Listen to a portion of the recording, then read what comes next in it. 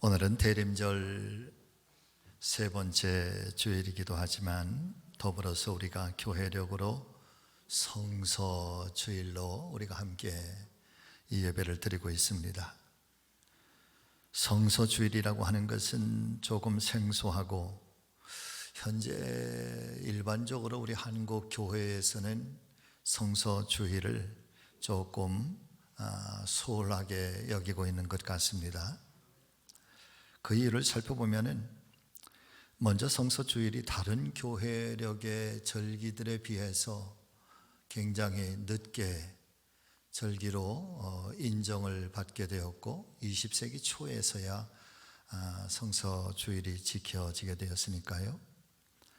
그리고 또 한 가지는 이 12월에는 대림절과 성탄절이라고 하는 아주 중요한 이 두 가지의 절기가 진행이 되고 예정이 되어 있어서 아마도 그에 비하여 큰 주목을 받지 못했던 것 같습니다. 하지만 성서주일은 기독교 신앙의 이 심장이라고 할 수 있는 하나님의 말씀인 성경에 대한 의미와 또 이 성경이 얼마만큼 중요한 것인가를 살펴보고 더 깊이 상고해 보자는 취지에 있어서도 요즘 나름 교회의 절기에 있어서 점차 소중하게 여겨지고 있는 것 같습니다. 그런 의미에서 오늘은 함께 봉독하신 말씀 신명기 8장에 있는 말씀을 중심으로 해서 여러분 같이 아시죠? 사람은 떡으로만 사는 것이 아닙니다. 아멘. 오늘 이 말씀을 가지고 함께 은혜를 나누려고 하는데 아무쪼록 성경이 저와 여러분들의 신앙생활에 가장 큰 기준이 되고 또 우리의 삶에 가장 중요한 척도가 되시는, 그래서 성경을 귀하게 여기시는 저와 여러분들의 믿음이 되시기를 예수님의 이름으로 축원을 드립니다. 첫 번째로 기독교 신앙이 간직한 최고의 영적 권위가 도대체 뭘까? 기독교 신앙이 간직한 최고의 영적인 권위는 성경이고 모든 영적 권위는 성경으로부터 나옵니다. 성경은 단순한 역사책이 아니라 하나님의 영적 권위를 선포해 주시고 있고 하나님께서 당신을 계시해 주시고 있는 그런 가장 중요한, 그래서 성경은 책이 아니라 경전이라는 사실을 여러분 먼저 우리의 내면 속에 꼭 간직하실 수 있기를 소망합니다. 권위라고 하는 말을 국어 사전에서 찾아보면 이렇게 설명을 해주고 있습니다.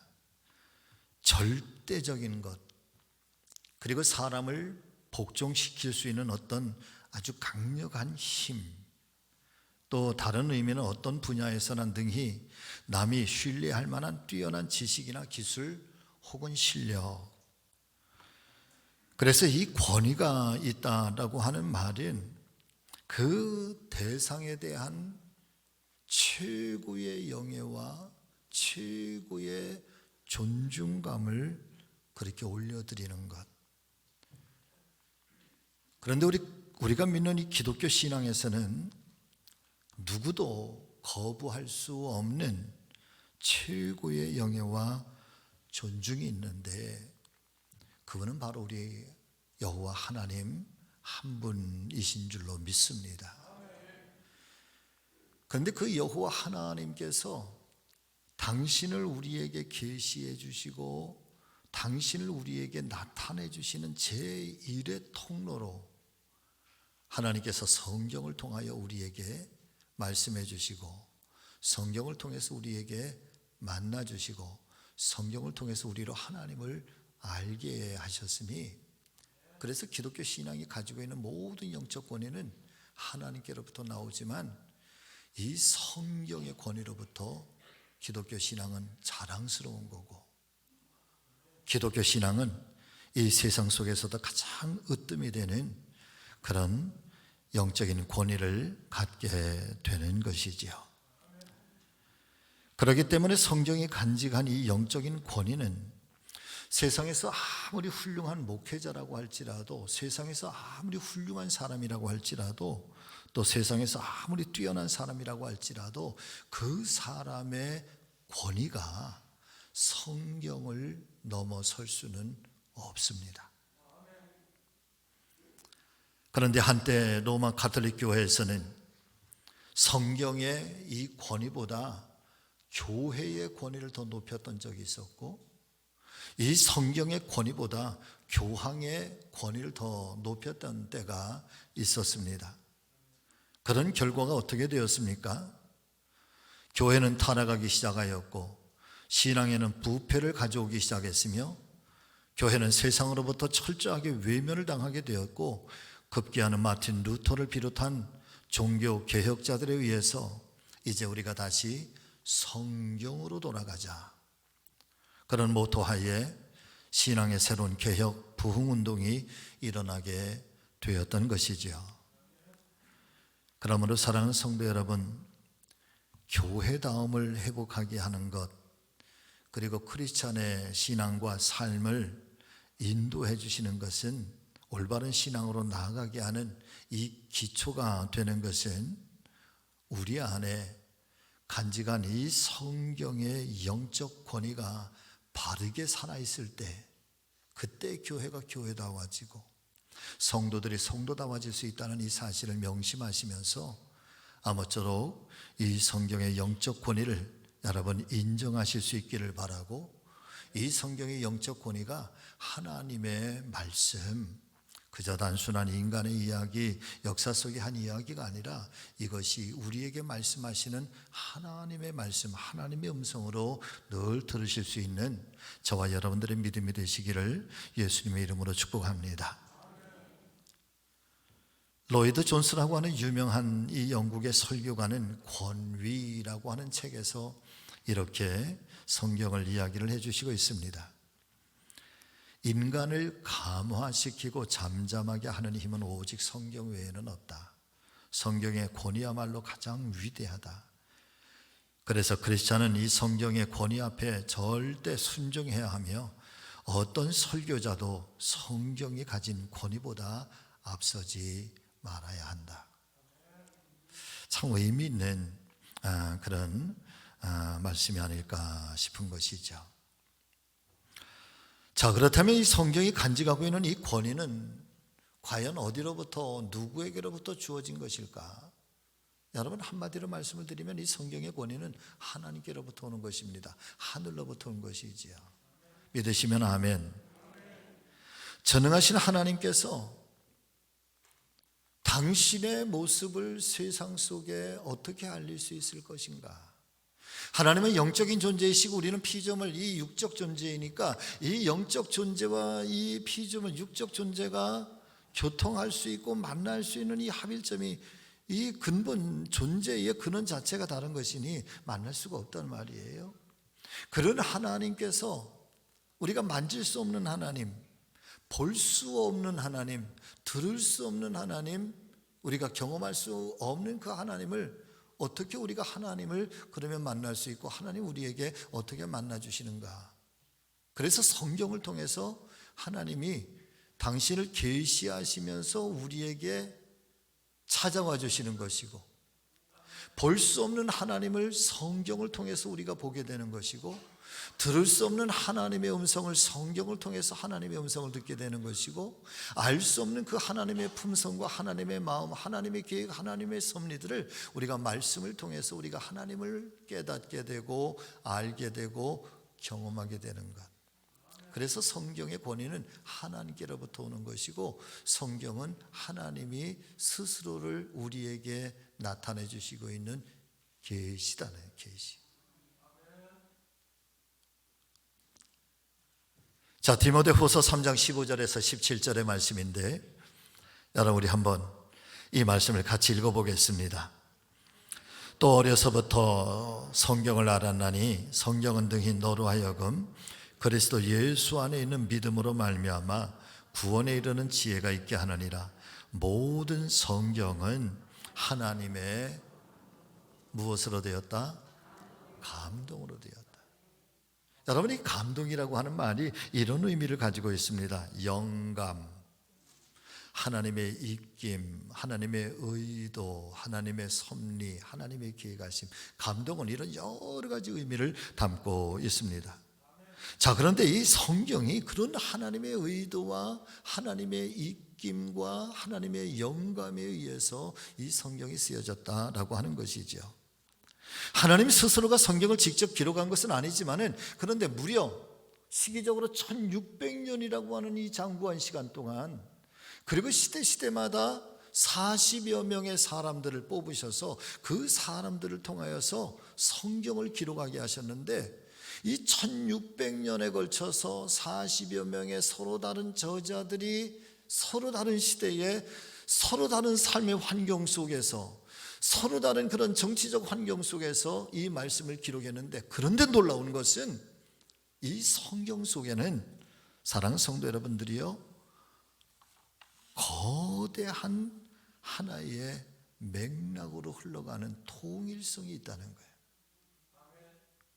이것을 가리켜 우리는 구속사라고 이야기를 하는 거죠. 하나님이 어떻게 세상을 구원하시려는가 하는 그 창조의 이야기에서부터 요한계시록의 새하늘과 새 땅에 관한 이야기까지, 거기에는 하나님의 놀라운 계획들이 일관되게 흘러가고 있다는 거예요. 예전에 여러분들 많이 들으셨겠지만은, 부흥에서 부흥 강사님들이 늘 말씀하실 때 성경은 뭐가 있다? 짝이 있다네. 성경은 짝이 있다. 많이 들어보셨죠? 신약의 말씀과 구약의 말씀이 짝이 맞는다는 거예요. 결코 어느 것 하나만 독단적으로 그렇게 존재하는 것이 아니라, 이 말씀은 반드시 또 다른 해석으로 그 말씀은 주어졌고, 그리고 그때 당시에는 이해가 되지 않았는데 이 짝된 말씀을 찾아보면은 거기에는 반드시 하나님께서 말씀하시고자 하시는 하나님 말씀의 의도가 깨닫게 된다는 것이죠. 그런데 그것이 어떤 한 사람에 의해서 그렇게 기록된 것이 아니라, 전혀 다른 사람이 전혀 다른 시대를 살아가면서 그렇게 기록되어져 있으니, 사람이 그래서 썼다라고는 이해할 수도 없고 설명도 되지 않는다는 것입니다.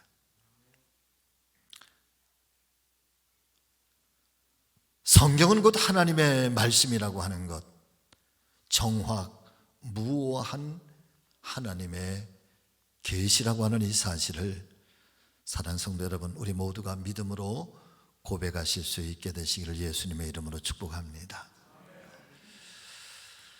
한국 초대 교회사의 일화 중에 나오는 아주 뜻깊은 일화 중에 하나가 이런 이야기가 있습니다.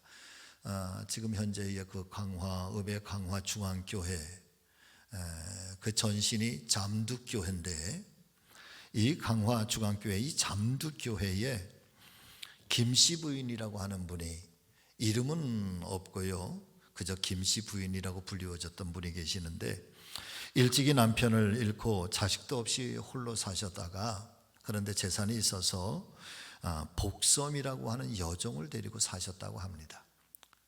나이 80이 넘으셔서 신앙을 영접하고 교회를 나오셨는데, 교회에 나와서 한글을 배워서 성경을 읽기 시작을 하셨다는 거죠. 그런데 이분이 늘 성경을 읽는데 마태복음 18장을 읽다가 그만 이 18장 18절 말씀에서 마음이 여기가 확 막혀서 더 이상 그 다음 성경을 읽어 나가실 수가 없으셨다는 것입니다. 마태복음 18장 18절 말씀은 여러분 이런 말씀입니다. 진실로 너희에게 이르노니 무엇이든지 너희가 땅에서 매면 하늘에서도 매인다. 그리고 땅에서 풀면 하늘에서도 풀릴 것이다. 이 말씀이 여기에 꽉 걸렸는데 왜 그런가 하면, 다음 주일, 돌아오는 주일에 교인들을 집으로 초청을 하고, 그리고 그 교인들이 보는 앞에서 여종 복섬이를 불러서 문갑에서 복섬이의 종의 문서를 화롯불에 다 불태우면서 이렇게 이야기를 했다는 거죠.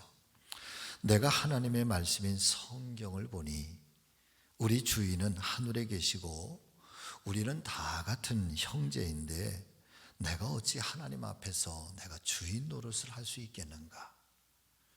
내가 이제부터는 복서미를 몸종으로 부리는 것이 땅에서 매이는 것이니 내가 이 땅에서 풀어 하나님의 복을 얻기 위해서는 이 복서미의 이 종된 나와 종의 관계를 이걸 풀어야 되겠다. 할렐루야. 그래서 그 종의 문서를 다 불태우고 복서미에게 하는 말이, 복서마, 지금 이후에 너는 나의 종이 아니다. 너는 자유의 몸이 되었으니 이제 가고 싶은 대로 가도 좋다. 그러니까 복서미가 엉엉 울면서 하는 말이, 마님, 그럴 수는 없습니다. 제발 이 집에서 나가라고만 하지 말아주세요. 그래서 서로 부둥켜 안고 울면서, 그래서 이 복서미를 이 김씨 부인이 양녀로 삼았다는 거예요.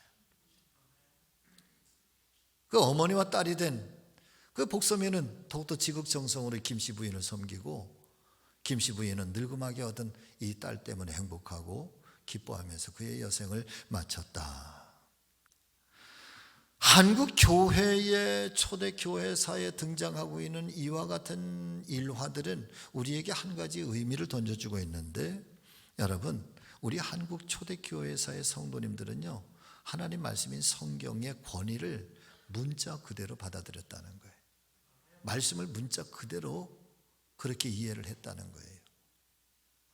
그래서 땅에서 매면, 땅에서 풀면이라고 하는 이 말씀을 문자적으로 그냥 해석을 해서 내가 이 땅에서 살면서 종을 두고 그런 이 계급의 관계, 이것이 너무 마음에 걸리니까 하나님 말씀이 그러하지 아니하니 내가 내 삶의 이 모습들을 풀어야 되겠다. 이것이 초대교회 성경의 말씀을 있는 그대로 글자 그대로 인정하고 그 권위를 받아들였던 우리 한국 교회의 아주 소박한 전통입니다.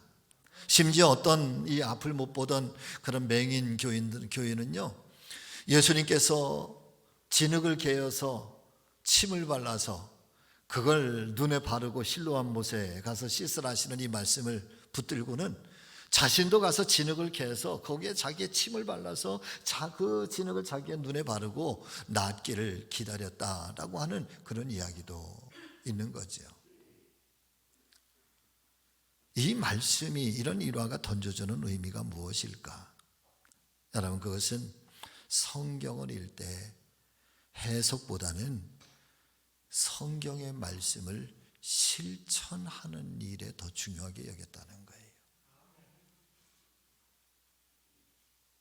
같이 해보실까요? 머리로 읽는 성경이 아니라 몸으로 읽는 성경. 아멘. 자, 오늘 우리는요, 하나님의 말씀을 참 머리로 읽으려고 그래요. 성경의 말씀을 많이 해석을 하려고 그래요. 그러다가 보니까 때때로 나에게 좀 적용이 좋고 나에게 은혜가 되고 나에게 기쁨이 되는 그런 말씀들은 받아들이는데 아무런 문제가 없습니다. 그런데 이 말씀을 가만히 생각해 보면 나하고 좀 안 맞는 것 같아, 내가 좀 불편한 것 같아, 그러면 그때는 못 들은 척하고 그 말씀들은 외면하는 게, 여러분, 머리로 읽는 거예요. 자꾸만 말씀을 해석하려고 하는 거죠. 자, 그런데 본래적으로 하나님의 말씀을 우리가 문자적으로 해석하는 것은 금해야 되지만, 그러나 이 성경을 우리가 머리로서가 아니라 가슴으로, 그리고 우리의 몸으로 이 성경을 대하고, 그리고 이 말씀 앞에, 이 말씀의 권위 앞에 우리를 낮춰서 그 말씀의 권위 앞에 복종해 가는 것은, 여러분, 이것은 소박한 신앙이기도 하고 순수한 신앙이기도 하고, 여러분, 정말 하나님께서 이런 신앙 기뻐하시지 않을까 싶어요. 아무쪼록 이 성경의 권위 앞에 우리 모두가 신실하게 순종할 수 있고, 이 말씀을 귀하게 우리가 늘 우리의 마음판에 담고 말씀 앞에 그렇게 실천해가는 귀한 믿음의 성도들이 되어주시기를 예수님의 이름으로 축원합니다. 두 번째로, 성경은 세상에서 가장 귀한 가치가 있는 책입니다. 우리가 드리는 이 예배를 가리켜서 영어로 worship이라고 이야기를 합니다. 그런데 이 worship이라고 하는 단어가 가지고 있는 의미가 있는데, 최고의 가치를 어떤 분에게, 어떤 대상에게 그렇게 돌려드린다라고 하는 뜻이에요. 그 최상의 존재이신 하나님께 우리가 표할 수 있고 우리가 고백할 수 있는 최고의 경배, 최고의 존경, 경외감, 찬양, 이게 워십이에요. 그러니까 우리가 이 워십이라고 하는 예배의 이 의미를 우리가 바르게 알면, 지금 이 자리가 최고의 최상의 지구이신 그 하나님 앞에서 우리가 표현하고 우리가 드려질 수 있는 최상의 경배라고 한다면, 이 예배는 굉장히 남다른 의미를 지금 우리가 하나님 앞에 가지고 하나님 앞에 있는 거죠. 다 같이 아멘. 자, 그런데 하나님이 능히 그러하시다면 이 하나님의 말씀도 다르지 않다는 거예요. 말씀의 가치도 여러분 다르지 않다는 것입니다. 바꿔서 말씀을 드리면, 성경이야말로 이 세상에 존재하는 그 세상의 어떤 모든 것들보다도 최상의 가치가 있고 최고로 그렇게 경외를 받을 수 있는 그런 영광의 책이고 영광의 경전인 것을 여러분 믿으실 수 있기를 바랍니다. 왜 그런가? 디모데후서는 이렇게 이야기를 합니다. 3장 15절 말씀, 성경은 능히 너로 하여금 그리스도 예수 안에 있는 믿음으로 말미암아, 여러분 같이 하십니다, 구원에 이르는 지혜가 있게 하느니라. 아멘. 하나님 말씀인 성경이 구원에 이르는 길을 제시한다는 거예요. 성경이 구원을 받는 방법을 알려주신다는 거예요. 자, 여러분, 구원이라고 하는 게 도대체 뭘까요? 많은 사람들이 구원에 대해서 이렇게 저렇게 얘기를 하지만, 성경이 이야기하고 있는 구원은 두 가지예요. 첫 번째는 죄로부터의 해방. 이 죄로부터의 해방, 우리는 의인은 없나니 세상에 한 사람도 없다. 모든 사람들이 이 원죄의 불운함을 태생부터 타고나서 늘 죄의 사슬에서, 죄의 부끄러움 앞에서 이겨낼 수도 없고 늘 끌려다니고 그러는데, 그런데 이 죄의 사슬을 끊어내고 우리로 의롭다 칭함을 받고 하나님의 거룩한 백성, 하나님의 자녀로 변화시켜 주시는 은총이 있는데, 여러분, 그것은 예수 그리스도의 십자가의 은혜입니다. 할렐루야. 예수 그리스도 외에는 이 구원의 길이 없는 거죠. 죄의 해방의 길이 없는 거예요.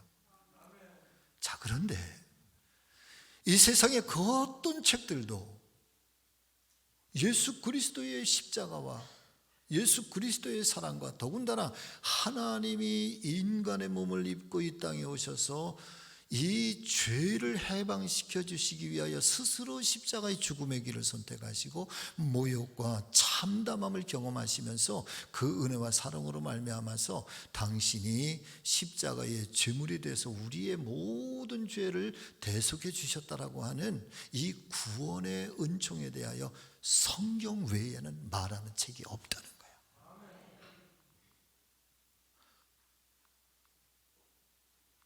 성경 외에는 이 해답을 풀어주지 않는다는 거죠. 구원에 이르는 이 길, 구원에 이르는 이 지혜, 성경이 알려주신다는 거예요. 성경의 가치가 그래서 최고라는 거예요. 두 번째, 구원이란 도대체 뭐냐? 사랑하는 여러분, 구원은 결국 우리가 이 세상에서 부름받은 삶을 살다가 영원하신 하나님 나라, 이 천국에 우리가 영광스럽게 입성을 하는 것인데, 결국 이 세상에서의 죽음이 끝이 아니고 죽음 이후에 우리가 알지 못했던 또 다른 이 영적 세계가 있다고 하는 것, 그렇게 죽음 이후에 영원하신 하나님의 나라 천국에 대해서 어떤 책도 자세하게 언급하지 않는데 오직 성경만이 그 세계를 알려주시고 있는데 성경 외에는 이 천국의 문제, 영혼 구원의 문제를 풀어주지 않는다는 거죠. 그래서 성경은 가치가 있는 것입니다. 사랑하는 성지가족 여러분, 저와 여러분 모두가 예수 그리스도의 은혜로 말미암아 이 죄로부터 자유하고 진리가 너희를 자유케 하리라 하셨으니 여러분 우리의 불의한 삶으로부터 여러분 정결한 삶으로 해방될 수 있는 이 큰 은혜의 원총이 이 성령의 역사가 우리 안에 늘 샘솟게 되시기를 예수님의 이름으로 축원합니다. 죽음이 끝이 아니라는 사실을 믿으시기를 바랍니다. 우리가 이 땅에서 이 육신의 생명이 마치면 하나님 예비해 주신 영원한 천국의 나라에 여러분 입성하게 될 것을 믿으시기를 바랍니다. 네. 성경의 가치는 이와 같은 영생과 구원의 문제를 성경 외에는 가르치는 이도 없고 말씀해 주시는 이도 없고 유일한 성경만이 이 말씀을 우리에게 제시를 하고 알려주고 있으니 이 성경은 그래서 세상에서 최고의 가치가 있는 책이라는 것이죠.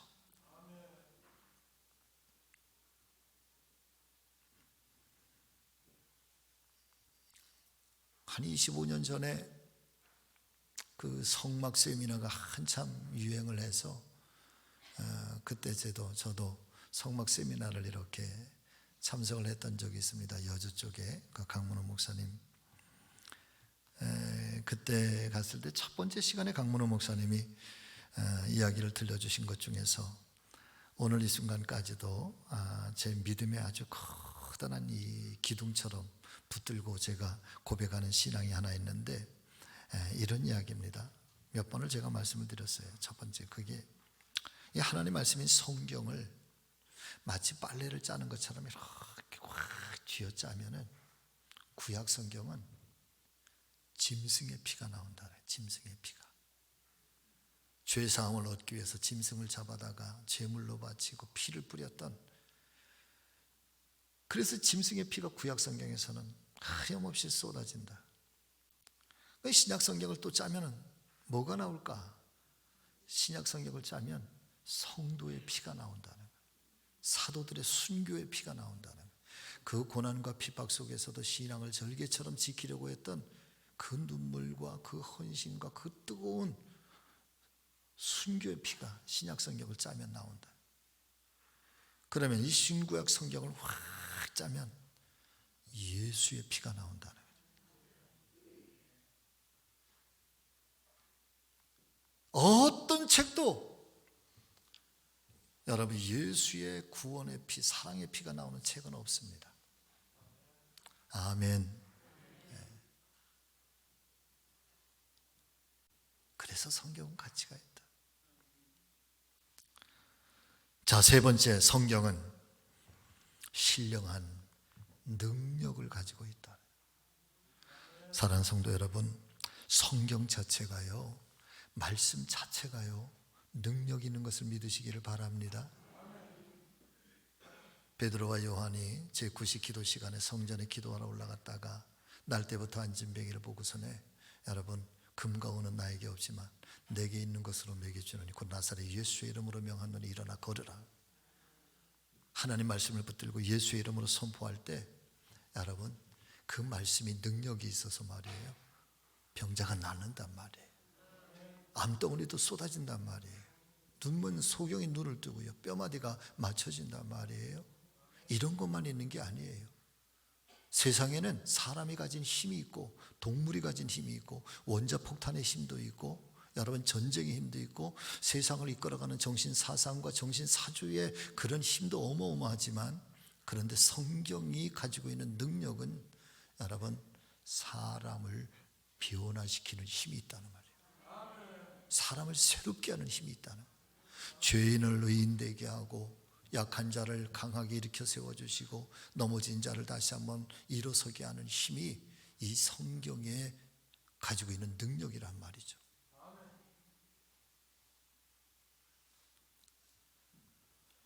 디모데후서 3장 16절과 17절 말씀 여러분 또 한 번만 더 보실까요? 같이 읽습니다.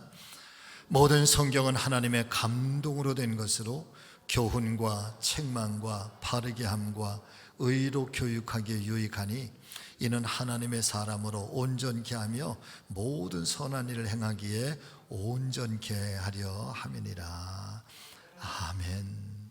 여러분, 이 성경의 힘이라고 하는 것은 사람을 변화시키는 힘인데, 이 사람을 변화시키는 힘은 한마디로 말씀을 드리면 사람으로 하여금 성화의 길을 가게 한단 말이에요.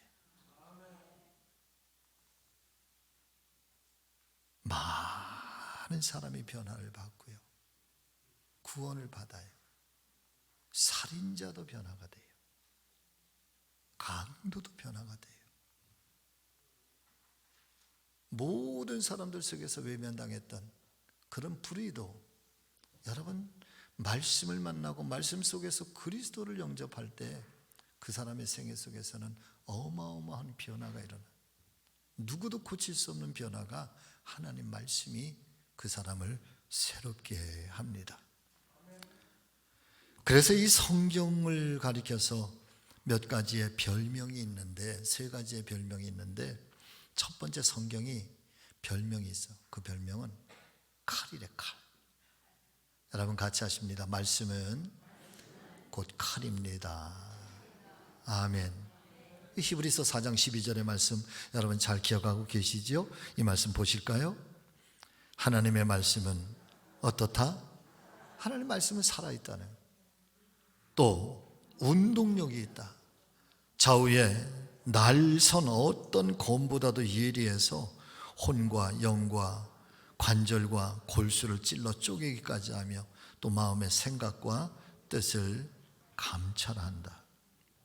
그 말씀이 검보다 예리해서 이 말씀의 검이 여러분 우리의 악한 것들을, 여러분 부끄러운 것들을 자꾸만 도려냅니다.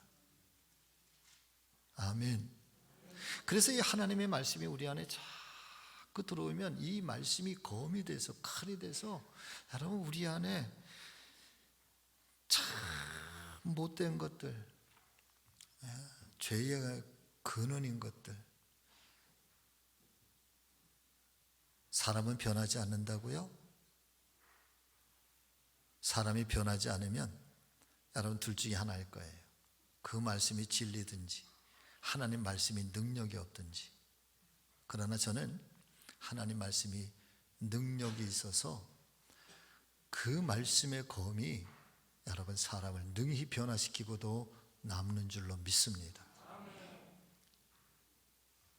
두 번째 성경의 별명은 방망이입니다. 사람의 변화는 다듬어지는 것을 말하는데, 모난 것이 다듬어지고 파인 것이 메워지고 부족한 것이 온전해져서 하나님께서 원하시는 사람으로 자꾸만 그렇게 다듬어져 가는 것.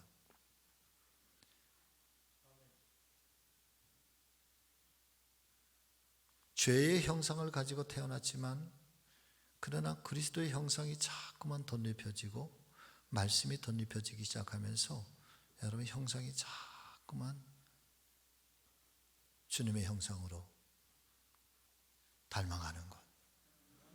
그래서 말씀이 때때로 우리 안에 아주 강력한 마음, 몽둥이처럼 우리를 내려친다는 거예요. 내 마음을 내려친다는 거예요. 요즘은 다듬이 소리를 많이 듣지를 못하는데 예전에 보면 저희 어머님은 그 소리가 얼마나 일정하고 다다다다다다다다다다다다다다다다 그러면서 여러분 굽었던 것들이 펴지기를, 거칠었던 것들이 얌전해지기를. 그 하나님 말씀은 방망이 같다. 그리스도인의 신앙과 그리스도인의 삶이라고 하는 것은 여러분 끊임없이 내 생각, 내 고집, 내 마음, 내 판단, 내 경험, 내가 원하는 것들, 내가 기뻐하는 것들, 나의 주장, 나의 모든 것들이 여러분 다 다듬어지는 거예요. 그리고 정말 하나님이 뭘 기뻐하시나? 하나님 나에게 뭘 요청하실까? 거기 이렇게 맞춰가는 거죠. 그래서 성경은 방망이라는 거지. 자, 세 번째 성경은 여러분 같이 하십니다. 거울입니다. 아멘. 우리가 거울을 통해서 우리의 육신의 그 모습들을 그렇게 살펴보게 되는 것처럼, 비춰보게 되는 것처럼, 그리고 옷매무새를 단정하게 그렇게 바꾸는 것처럼, 그런데 성경은 우리의 육신의 겉모습만 우리에게 비추어주는 것이 아니라 보여지지 않은 우리의 내면의 깊은 곳, 감추어져 있는 것들까지 성경은 보게 하셔서 여러분 그 성경이 우리에게 거울로 비춰주심으로 우리의 내면의 깊은 곳까지도 그렇게 다듬게 하시고, 버려야 될 것들이 뭔지, 고쳐야 될 것들이 무엇인지, 그래서 때로는 회개의 눈물도 있고, 그래서 때로는 그 안에 감동도 있고, 왜 성경 자체가 살아있다는 거예요. 말씀이 살아서 움직인다는 거예요. 사랑하는 성도 여러분, 말씀을 통해서 우리가 깨어지기를 예수님의 이름으로 축복합니다. 말씀을 통해서 우리가 부서질 수 있기를 예수님의 이름으로 축복합니다. 말씀을 통해서 우리가 다듬어지시기를 예수님의 이름으로 축복합니다. 이 말씀을 통해서 우리가 여러분 깨끗하게 씻겨지시기를 예수님의 이름으로 축복합니다. 그래서 말씀은 칼이고, 말씀은 방망이이기도 하고, 말씀은 거울이기도 하고, 그래서 성경은 능력이 있다네.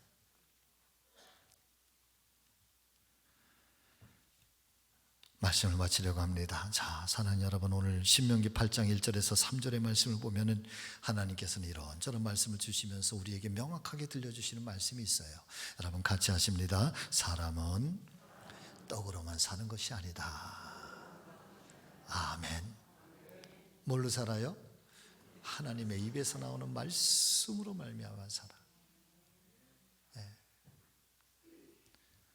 육신의 배고픔을 채우지 않으면 기력이 빠지고, 여러분 결국은 육신의 건강을 잃어버리게 되는 것처럼 우리의 영혼의 양식, 이 생명의 양식을 우리가 먹지 않으면 결국 우리의 영혼의 힘이 빠지고 영혼의 기력이 빠지고 결국은 우리의 영혼이 여러분 돌아가시게 될 거예요. 말씀을 사모하세요. 말씀을 귀하게 여기세요. 말씀을 나의 믿음의 척도로 삼으세요. 내가 기준이 아니라 말씀이 기준이 되시기를 예수님의 이름으로 축원합니다. 기도하겠습니다. 살아계신 아버지 하나님,